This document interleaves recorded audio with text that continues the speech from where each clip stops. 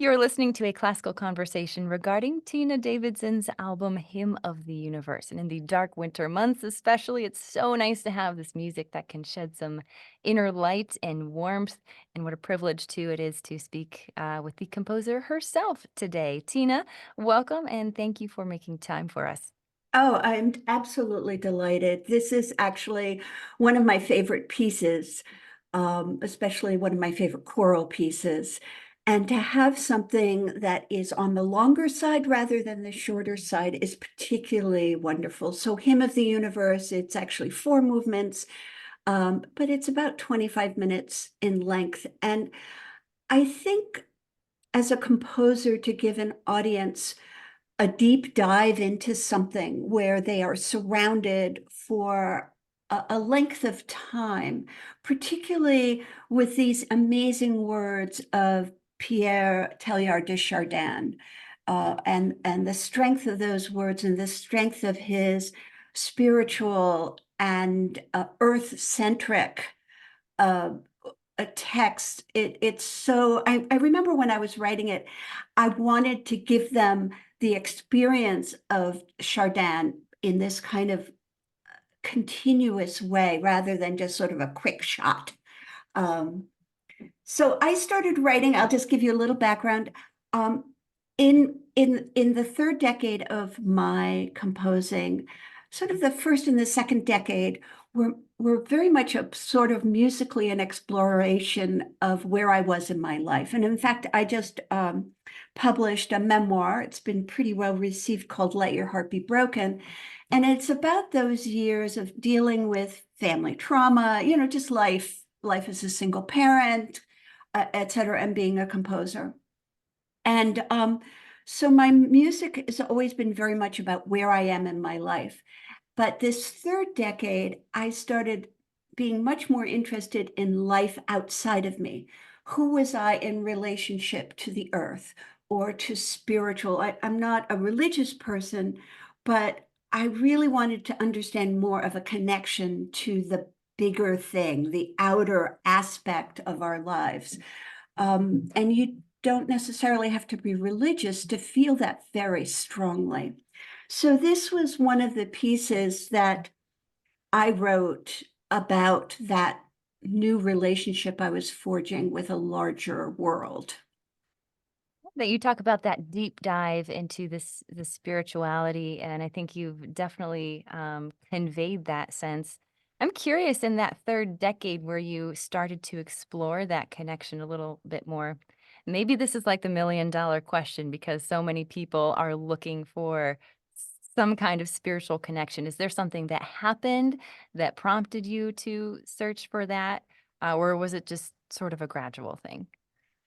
I think that I had worked so much on sort of dealing with my internal agitation and trauma, and I had had severe depression, and certainly working with a therapist and doing yoga and doing meditation and doing all the things that we do to have a healthy life, walking, being gardening, whatever. I I started to heal that enough that then my interest was sort of allowed to go outside of who I was concerned with. So I was grounded enough that I could have sort of the more adult perspective of going outside of myself. Also, religion had been kind of, my mother was a very liberal professor type. She was a Unitarian, she was an atheist. So almost, and my stepfather's side was born again Christian, which I thought was so cool. I thought it was dramatic and people were crying, and I just thought that was so cool. Um, but I wanted to reclaim something that was really about me. And now the first piece on this album, Antiphon of a Virgin, actually comes from a set of songs, seven pieces called River of Love, River of Light. And it was about the Black Madonna, the Virgin of, of Guadalupe. And it was really those seven pieces are about my journey to find a more female face of God, some connection.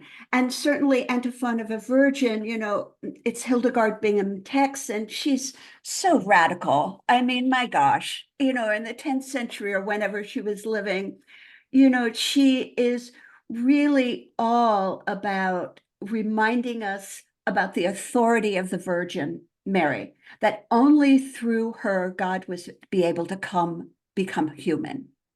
And she was, and then she says, "Oh tender, oh blessed." So I was really looking in that series of pieces about the female version, female face of God. What was in it for me? Um, what could I identify? Then Hymn of the Universe was the next large piece. And the way I came to write it is I was actually in Kansas City with a performance with the Kansas City Symphony or Kansas Symphony. And I was staying at one of the board members' house who was an executive at a big company there. And she turns out to have been a former nun, which I thought was really interesting. And she said, "You need to read the books of Teilhard de Chardin.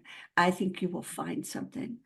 And Chardin was a prolific writer. He was a Jesuit priest.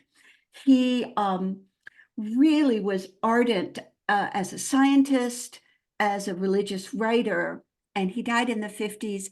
And he believed in evolution. And he believed that we are evolving to a greater relationship with God. So we're evolving mentally and socially towards a final spiritual unity. The Pope wasn't too thrilled about this. So he was never excommunicated, but he was definitely sent away back to China, back to Tibet. But these writings were culled from his books. He is kind of a Whitman-esque kind of, he uses perhaps more masculine language or certainly harsher language, which I really loved, like words that have more consonants in them than vowels. And I really, really enjoyed that. I think it is a privilege to write music and using text, because for me, I'm always looking how to honor those words, how to stay true to them. But they're also like these beautiful, like stones in your mouth, like smooth little, every word is just delicious. And you live for a long period of time in that world, which is really a privilege. Mm. How did you decide which of Chardin's works you were gonna draw from? And there's a lot of content, I'm sure, that you Oh could have my gosh, included. there were How like did you three or begin four to books. narrow it Exactly. down? I think I was very interested in his relationship to the earth. Certainly, the mass of the world, or Hymn to Matter. He has this whole book called Hymn to Matter, and it's his relationship to rocks and the earth and the sense of movement. And I love that. So I knew I wanted to have that as one movement. Um, the piece starts with a section of writing where he is in Tibet and he's walking up this high mountain, in the dark, and he gets up to the top of the mountain just at daybreak, and he realizes he hasn't brought anything for God. And what he would offer as a Catholic priest is the Eucharist. And so it starts off with, "Since once again I have neither bread nor wine nor altar," because he's up there barehanded.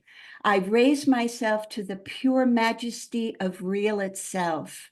I make the whole world, the whole earth my altar, and offer you all the laborings and the suffering of the world." So basically, he offers himself as a vehicle for the world. And there was something very striking to me about that willingness to fall into something, to be part of something that you don't really know what it is, to allow yourself. So that was the first movement. And this third movement is talks about his soul, and it's a more delicate movement. It says, "Fold your wings, my soul." So he talks about his soul. And the last movement, the fourth movement, is a very short movement. I had wanted to have bookends to this piece, a beginning piece and an end piece. I didn't write the beginning piece, but it was a saying from the Bible that he loved in Latin, and it was, "Stay with us, Lord, because it is towards evening." And that's from Luke 24:29. And I love that idea of, it's getting dark and I'm, starting to sort of tremble in my concern about the dark. Would you stay with us? And that sort of loving aspect that he had with his feeling of his relationship with God. Is that movement sung in Latin too, or did you, Yes, use it the is English both in translation? Latin and in English. It starts Oh, out in okay. Latin and then it ends in English. And also the antiphon for the Virgin actually starts with the English translation and ends in Latin, something I really love to do. I love Latin. I love the sound of it. Oh, that's so interesting. And I see on the ensemble, the recording ensemble is VocalEssence. Did you write Yes, this specifically with them in mind? absolutely. I was commissioned by them. It's a smaller ensemble rather than a big choral. So I was able to write things that were a little bit more tricky rhythmically. And I wanted a really kind of pure sound. Now this has been performed by a bigger ensemble. It changes the sound, that how many people you have singing on a part changes the sound a little bit. I think the sound gets a little softer. And a smaller ensemble, I don't really know how many voices, there were like at least 10 or 12 per part, but it has a little bit more, for my ears, a little bit more of a crispness. And they did a fabulous performance of this. And then they did the antiphon of the Virgin as well. And the last piece, Tu Autem Domine, is also a quote from the Bible that Teilhard de Chardin loved. And that is also in Latin and in English. Hmm.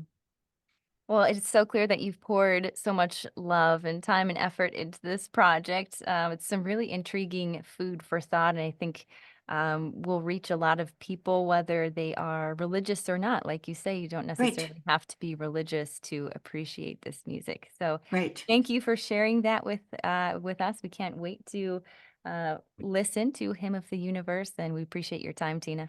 Thank you so much. I so love being here with you.